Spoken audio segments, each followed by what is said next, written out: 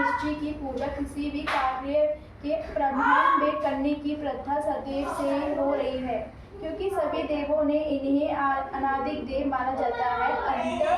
अंत गणेश जी की पूजा सर्वप्रथम होती है। भगवान शिव पार्वती ने भी अपने विवाह काल में सर्वप्रथम गणेश जी की पूजा की थी। इसका उल्लेख कवि कुल सम्राट गोस्वामी तुलसीदास जी ने अपने महाकाव्य में किया है। यथा मुनि अनुशासन गणपति ही पूजे शुंभ भवानी, अस सुनी दर्शन करिए नाही, सुर आनंदी जिये जनी। गणेश जी विद्या विनायक देवता के रूप में जाने जाते हैं, इसलिए किसी भी कार्य के निर्विघ्न पूर्णता के लिए इनकी पूजा को आवश्यक कहा गया है। करवा चौथ के दिन व्रती को नित्य कर्म से निवृत्त होकर गणेश जी की पूजा के लिए मन में दृढ़ संकल्प करना चाहिए कि मैं आज दिन भर निहार कर रहकर गणेश जी के ध्यान में तत्पर रहूंगी और रात्रि में जब तक चंद्रोदय नहीं हो जाएगा तब तक निर्जल व्रत करूंगी। व्रत के दिन सहाकाल्य में घर की दीवारों को गोबर से लीपकर उसके ऊपर घेरुई शाही बनाकर इसमें गणेश, पार्वती, शिव, कार्तिकेय आदि देवों के प्रतिमा बनानी चाहिए। साथ ही एक बट वृक्ष बरगद का पेड़ मानव की आकृति बनाकर दिखाई जानी चाहिए। उस मानवाकृति के आग में उछलनी भी होनी चाहिए। पास में उदित होते हुए चांद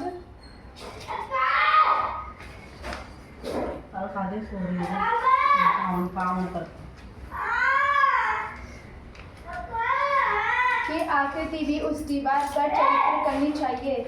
पूजन काल में उस प्रतिमा के नीचे 2 करवो तावा, पीतल, मिट्टी आदि से निर्मित एक विशेष प्रकार का पात्र जिसके सिर पर जल गिराने के लिए एक टूटी लगी रहती है में जल भरकर रखना चाहिए। उस करवे के गले में नारा लपेटकर सिंदूर से रंगना चाहिए और उसकी टोटी से सरही एक प्रकार का तूण की शीख लगानी चाहिए। तदनंतर करवे के ऊपर चावल से भरा हुआ कटोरा रखकर सुपारी भी रखनी चाहिए। निवेद्य के रूप में उस चावल पर बना हुआ लड्डू, चावल के आटे में घी एवं शक्कर मिलाकर बनाया हुआ लड्डू, जिसे बोल चाल की भाषा में सर्कपिंडी भी कहते हैं, रखिए। इसके अतिरिक्त प्रतिमा के पास खीर, पूड़ी, चावल के आटे में उद्दंड की पीटी भरकर पकाया हुआ पकवान, इसे लोग भाषा में फरा भी कहते हैं, भी निवेदन के रूप में अर्पित करके इसे अतिरिक्त संतुलन फल के अनुसार सिंघाड़ा, केला, नारंगी, गन्ना आदि जो कुछ भी पदार्थ उपलब्ध हो उसे अर्पित कर भक्ति पूर्वक कथा स्मरण करें। कथा के अंत में पूर्व में स्थापित उन कारवों को दाहिनी और ये बाई और एवं बाई और रखे हुए करवे की दाहिनी ओर घुमाकर स्थापित कर दे। इस प्रक्रिया को लोग भाषा में करवा फेरन भी कहते हैं। इस प्रकार विधि विधान पूर्वक पूजनों करने की व्रती के ऊपर गणेश जी की प्रशंसा होती है और इसके फलरूप उसे मनोवांछित फल की प्रवृत्ति एवं अखंड सौभाग्यवती मिलती है। कथा निम्नलिखित प्रकार से है। साहूकार की कौन सी है? साहूकार की कौन सी है? गणपति की वर्ड हाँ तो गणपति ना है ना ना ना टीवी बुला दो तो फोन में कब चला फिर आदमी ना थोड़ा पूजा बुला क्या पसंद है? क्या पसंद है? जो रोजाना मिट्टी की गणेश जी की पूजा करती थी, लेकिन वो मिट्टी के गणपति रोज बनाए और वो रोज घर जाए। उसके घर के पास एक सेठ का मकान बन रहा था। वो वहाँ जाकर बोली, मेरे लिए पत्थर का गणेश बना दो। मिस्त्री बोले, जितने में हम तेरा पत्थर का गणेश करेंगे उतने में अपनी दीवार न चिनेंगे। माई बोली, राम करे तुम्हारी दीवार टेढ़ी हो जाए। और सेठ जी की दीवार टेढ़ी हो गई। अब मिस्त्री जब भी दीवार चीने वो टेढ़ी हो जाए। इस तरह करते करते शाम हो गई। शाम को सेठ आए तो उन्होंने कहा, आज कुछ भी नहीं किया। तब वहाँ खड़ी मिस्त्री कहने लगे, सेठ जी, एक बुढ़िया आई थी जो कह रही थी कि मेरा पत्थर का गणेश घड़ दो। हमने नहीं घड़ा तो उसने कहा कि भगवान करे तुम्हारी दीवार टेढ़ी हो जाए। तब से हमारी दीवार सीधी नहीं बन रही है। बनाते हैं और ढा देते हैं। सेठ ने बुढ़िया माई को बुलाया और बुढ़िया माई से कहा, हम तेरा सोने का गणेश घड़ देंगे, आप बस हमारी दीवार सीधी कर दो। सेठ ने बुढ़िया को सोने का गणेश गढ़ा दिया और सेठ की दीवार सीधी हो गई। जैसे सेठ की दीवार सीधी की, वैसे विनायक जी सबकी करना। दूसरी कथा अनुसार एक बार गणेश जी ने पृथ्वी के मनुष्यों की परीक्षा लेने का विचार किया। वे अपना रूप बदलकर पृथ्वी पर भ्रमण करने लगे। उन्होंने एक बालक का रूप बना लिया। एक हाथ में चुटकी भर चावल और दूसरे हाथ में एक चम्मच दूध ले लिया और गली गली घूमने लगे और साथ ही साथ आवाज लगाते चल रहे थे, कोई मेरे लिए खीर बना दो, कोई मेरे लिए खीर बना दो। कोई भी उन पर ध्यान नहीं दे रहा था, बल्कि लोग उन पर हंस रहे थे। लगातार एक गांव के बाद दूसरे गांव इसी तरह चक्कर लगाते हुए पुकारते रहे, पर कोई खीर बनाने के लिए तैयार नहीं था। सुबह से शाम हो गई। गणेश जी लगातार घूमते रहे। एक बुढ़िया माई थी, शाम के वक्त अपनी झोपड़ी के बाहर बैठी थी। तभी गणेश जी वहां से पुकारते हुए निकले कि कोई मेरे लिए खीर बना दो। बुढ़िया कोमल हृदय वाली स्त्री थी। उसने कहा, बेटा, मैं तेरी खीर बना देती हूँ। गणेश जी ने कहा, माई, अपने घर में से दूध और चावल लेने के लिए बर्तन ले आओ। बुढ़िया एक कटोरी लेकर झोपड़ी से बाहर आई तो गणेश जी ने कहा, अपने घर का सबसे बड़ा बर्तन लेकर आओ।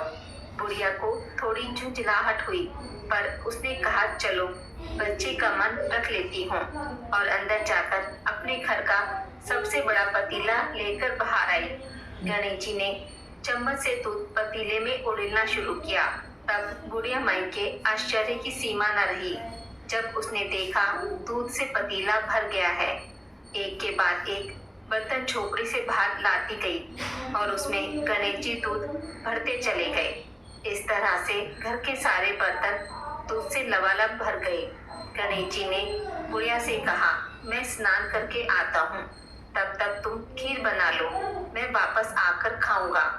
बुढ़िया ने पूछा, मैं इतनी सारी खीर का क्या करूंगी? इस पर गणपति जी बोले, सारे गांव को दावत दे दो। बुढ़िया ने बड़े प्यार से मन लगाकर खीर बनाई। खीर की भीनी भीनी मीठी मीठी खुशबू चारों दिशाओं में फैल गई। खीर बनाने के बाद वह हर घर जाकर खीर खाने का न्योता देने लगी। लोग उस पर हंस रहे थे।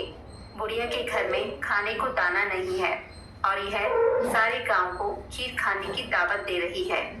लोगों को कुतूहल हुआ और खीर की खुशबू से लोग खींचे चले आए।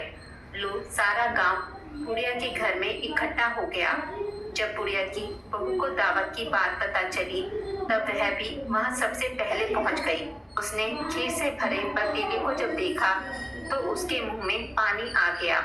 उसे बड़ी जोर से भूख लगी थी। उसने एक कटोरी खीर निकाली और दरवाजे के पीछे बैठकर खाने की तैयारी करने लगी। इसी बीच एक छींटा गिर गया और गणपति जी को भोग लग गया और वो प्रसन्न हो गए। अब पूरे गांव को खाने की दावत देकर बुढ़िया अपने घर आई तो उसने देखा बालक वापस आ गया था। बुढ़िया ने कहा, बेटा, खीर तैयार है, भूख लगा लो। गणपति जी ने बोला, माँ, भूख तो लगा चुका हूँ, मेरा पेट पूरी तरह से भर चुका है, मैं तृप्त हूँ। अब तू खा, अपने परिवार और गांव वालों को खिला। बुढ़िया ने कहा, यह तो बहुत ज्यादा है, सबका पेट भर जाएगा, इसके बाद भी यह बच जाएगी। उस बची खीर का मैं क्या करूँगी? इस पर गणेश जी बोले, उस बची खीर को रात में अपने घर के चारों कोनों में रख देना। और बुढ़िया माई ने ऐसा ही किया। जब सारा गांव जी भरकर खा चुका, तब भी ढेर सारी खीर बच गई। उसने खीर से भरे पात्रों को अपने घर के चारों कोनों में रख दिया। सुबह उठकर उसने क्या देखा? पतीले में खीर के स्थान पर हीरे जवाहरात और मोती भर गए हैं। वह बहुत खुश हुई। उसकी सारी दरिद्रता दूर हो गई। वह आराम से रहने लगी। उसने गणपति जी का एक भव्य मंदिर बनवाया और साथ में एक बड़ा सा तालाब भी खुदवाया। इस तरह से उसका नाम दूर दूर तक प्रसिद्ध हो गया। उस जगह पर वार्षिक मेला लगने लगा। लोग गणेश जी की कृपा प्राप्त करने के लिए उस स्थान पर पूजा करने और मान्यताएं मानने के लिए आने लगे। गणेश जी सभी की मनोकामनाएं पूरी करने लगे। हे गणेश जी महाराज, जैसी कृपा आपने भूया माई पे की वैसी सभी पर करना। कथा को कहने वाले, सुनने वाले और हुंकारा भरने वाले पर भी करना। तीसरी कथा अनुसार एक बार भगवान शंकर और माता पार्वती नर्मदा नदी के तट पर Thì bấm phải ra là thì mà nó gần lên đâu ba là nó tiếng xong tôi biết tôi mua được thì thì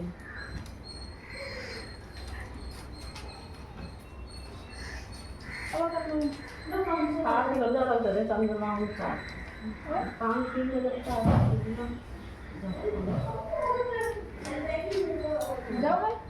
gần lên xuống cho con nó rồi đi cũng năm rồi